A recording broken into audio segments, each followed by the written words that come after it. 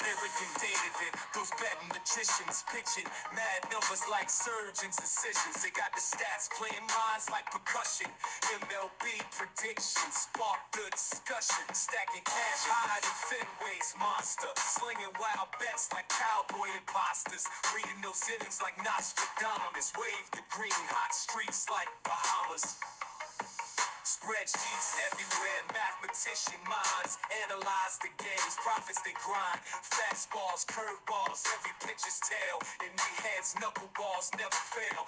Erik reading numbers like tarot cards, David calling shots like all-star guards, money lines, parlays, come hit with precision, home run predictions, no intermission.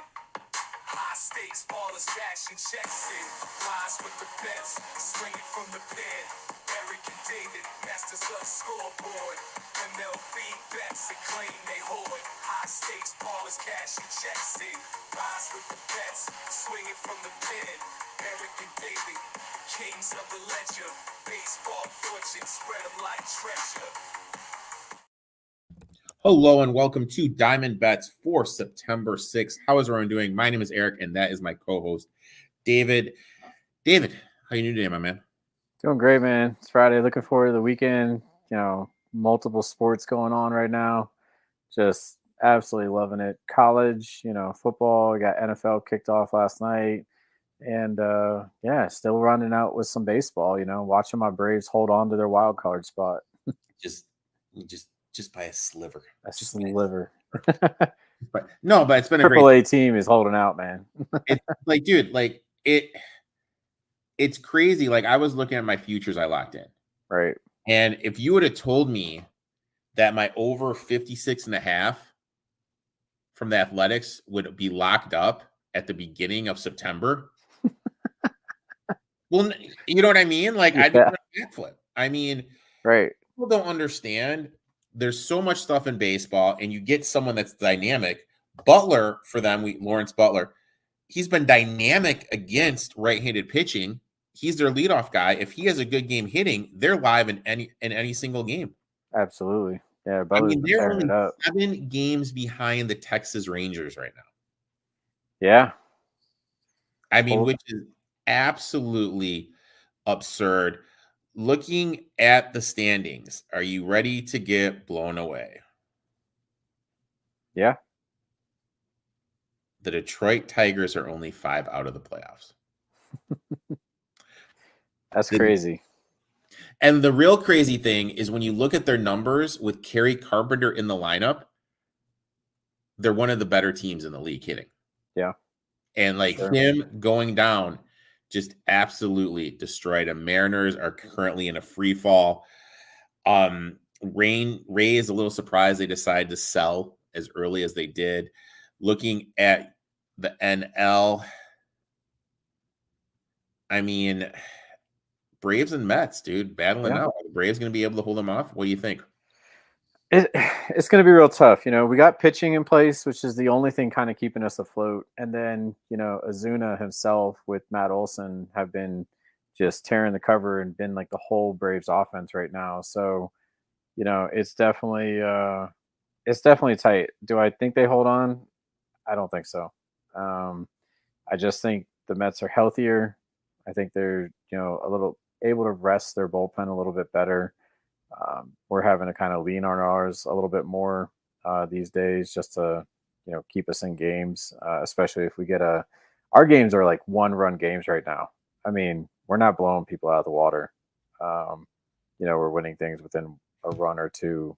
And meanwhile, I've seen the Mets just this whole week. They've been winning games by 4 or 5 runs, coming back. Definitely just, a stronger offense output right now happening from their side. So I hate to say it. I don't think the Braves can hold on here over these last few weeks. Now, those watching for the first time, what we do is we each have 3 bets. Yep. First bet, David, you kick us off. But before we get into all that, we need to look at how we did for last week. David hit the Braves first 5, hit the A's first 5, lost the Marlins for the game. I hit the Padres for the first 5. Areza, last minute stretch. They gave him the yay off, push, pass, however you want to look at it.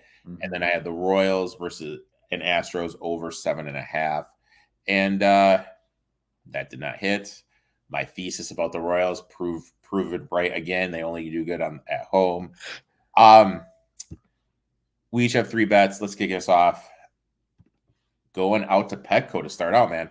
Yes, sir. So, new leader in the clubhouse again this week. Got to point that out. I mean, that's why you put that up. I mean, let's be honest. We want to see who's the leader in the clubhouse here. We should start doing honors based on that. You know what I mean? So, that being said, I wanted to start out with like one of the later games of the evening. I really think this is a really good edge for us with the Giants versus the Padres. Even though the Giants are away, they're looking really strong from an offensive standpoint and output for themselves. And so I really like this game for them going into this series. I always love teams just going into new weekend series together and kind of where they kind of stand to differentiate from one another. So that being said, I have the Giants ranked as just outside my top 10. They're my number 12 overall rated offensive team right now. That being said, when I kind of compared these pitchers, that are going tonight, you got Mason Black for the Giants, and you got Michael King for the Padres going right now. Michael King for himself is sporting a whip of close to 1.6. So, I definitely love the edge. Anybody who's listened to this consistently knows that my marker is 1.4 in terms of just where it gets a little squirrely for those starting pitchers or even the bullpens or anything of that nature when it comes to these pitching matchups. So, looking at the 1.6 with the stronger advantage with the offensive bats for the Giants right now, the bullpens are actually pretty similar for themselves. They're actually sporting a whip of 1.2 for each bullpen. So very much available. Bullpens are looking really good. In terms of that, I mean, we could play the full game. We kind of talked about it last time.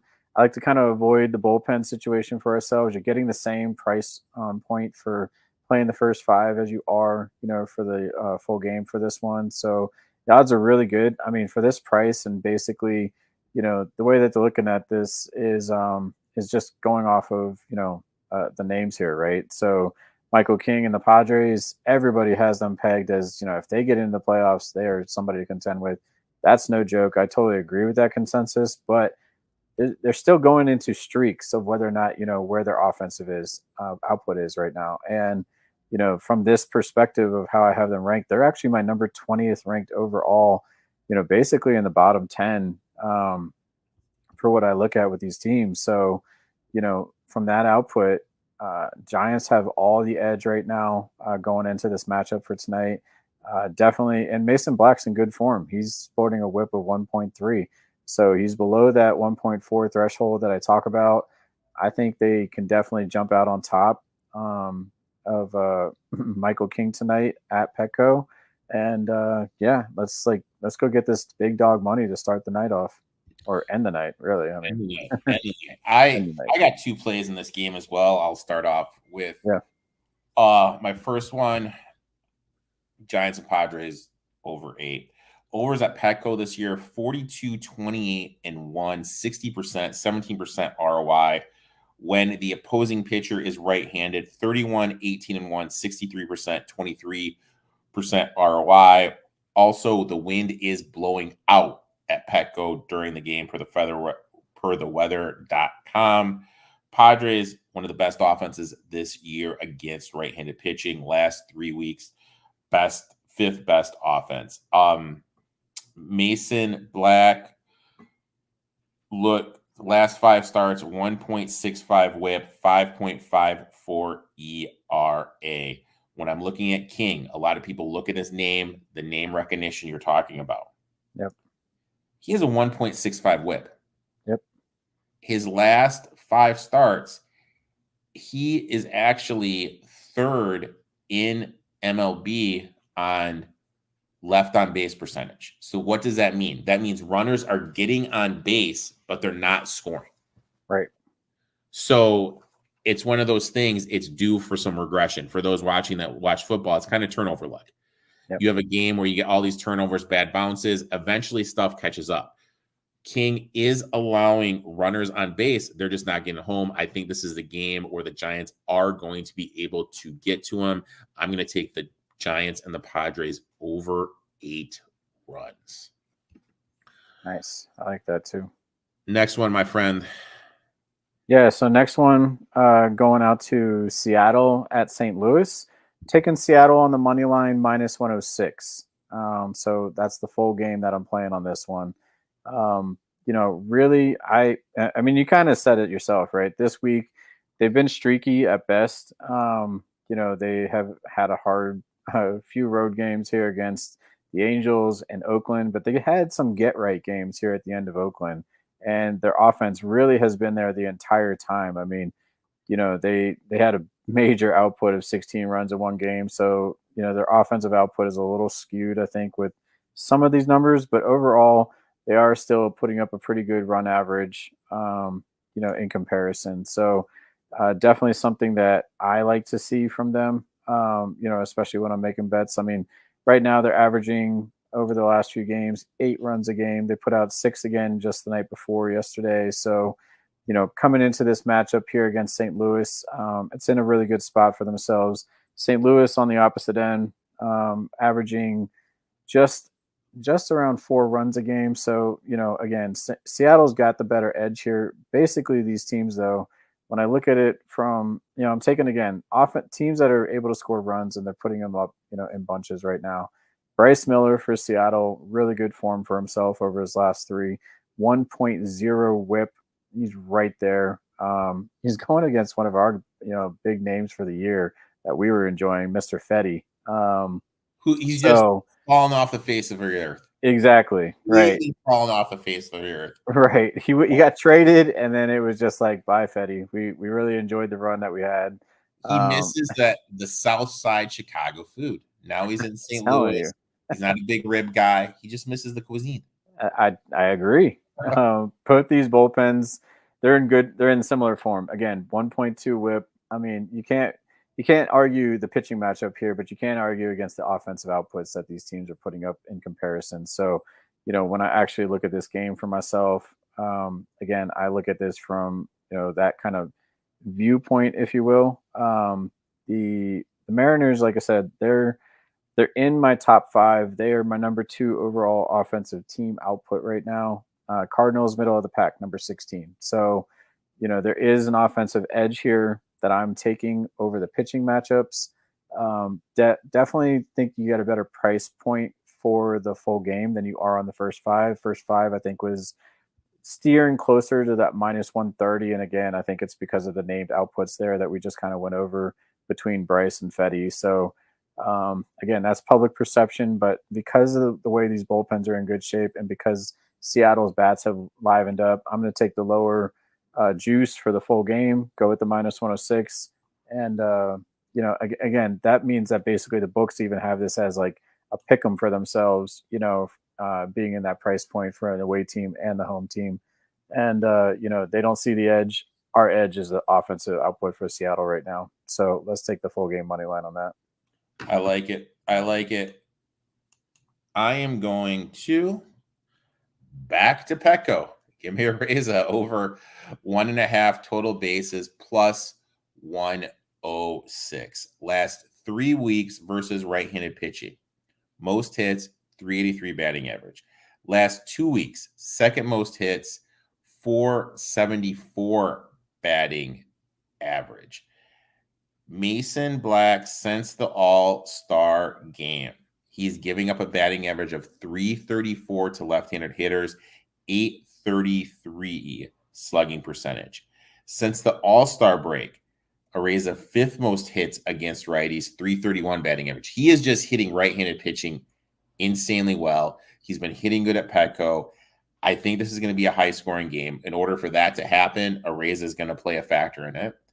I'm going to take Areza over 1.5 total bases. Was able to get this at plus 106. Nice. Next one, man. Yeah, last one we're going Toronto at Atlanta. So, I'm all about these away dogs right now tonight. Basically the way that I look at this, yeah, sure, Toronto just had like a tough series against Philly, losing a couple here.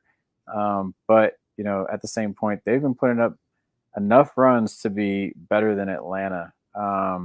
So again, they're just outside my top 10 from an offensive output. They're my number 12 overall offensive team. And that just means that, yeah, they have the same earned runs that they're scoring as compared to someone like the Giants, right? So they are putting out the same kind of offensive output as them from a run score perspective. That being said, the Braves, on the other hand, my number 23 overall offensive team, they are just not scoring runs to give their pitchers support. You got Gossman confirmed for tonight for Toronto. You got Fried up on the mound for Atlanta.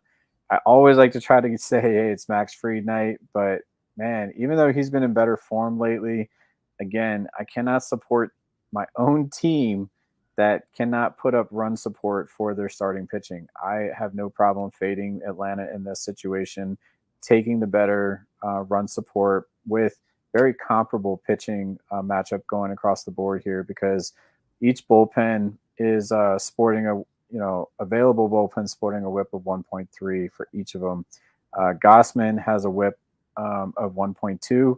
Max Fried right about the 1 mark. So, I mean, you're talking about really strong pitching across the board for these teams. Toronto's got a little bit better edge with their bats. I want to take that edge anywhere I can, any of these matchups all day long. So look at that number. The price is right, plus 146, creeping up on that 150 marker. It's a really good line for ourselves for such like an even, what I call a 50-50 game, in my opinion. You're just getting such better odds with Toronto in this matchup. I like it. Blue Jays has some sneaky good hats too, man. Sneakily, I kind of want a Blue Jays hat. Yeah, they do. I like that a lot. Blue Jays are one of those teams had high aspirations for and never really panned out this season. My last bet, and look, going down south, man. Give me the Phillies and the Marlins over 7.5. Marlins last 3 weeks versus right-handed pitching, 4th best offense. Phillies, same time sample, 11th best offense.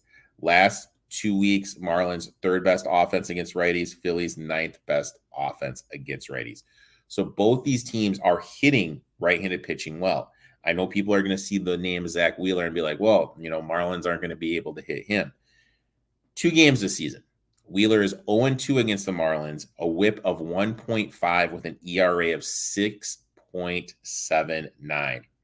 Cabrera against the Phillies this season, ERA 13.5 with a whip 2.5. So you have these 2 pitchers that have been hit well by the opposing team. Yeah. Both pitchers throw righty. Both teams the last 2 weeks and the last 3 weeks have been hitting right-handed pitching well, and they're playing down at Marlins Field, what's that name? Miami Marlins Park, whatever something. Yeah. Well, they're playing down in Miami for the year. 49-22-1 to the over. 34% ROI, overs hitting at 69% down in Miami. When the Marlins are facing a right-handed pitching, okay, because they're not that good against lefties, but when they face a righty, 34-12 to the over, 74%, 44% ROI. So literally, if you're just blindly all this year just betting a C-note on Marlins over, you have a 44% return on investment, which is absolutely mind-boggling to me when they face a right-handed pitcher. I'm going to put a trend here. The matchup is great.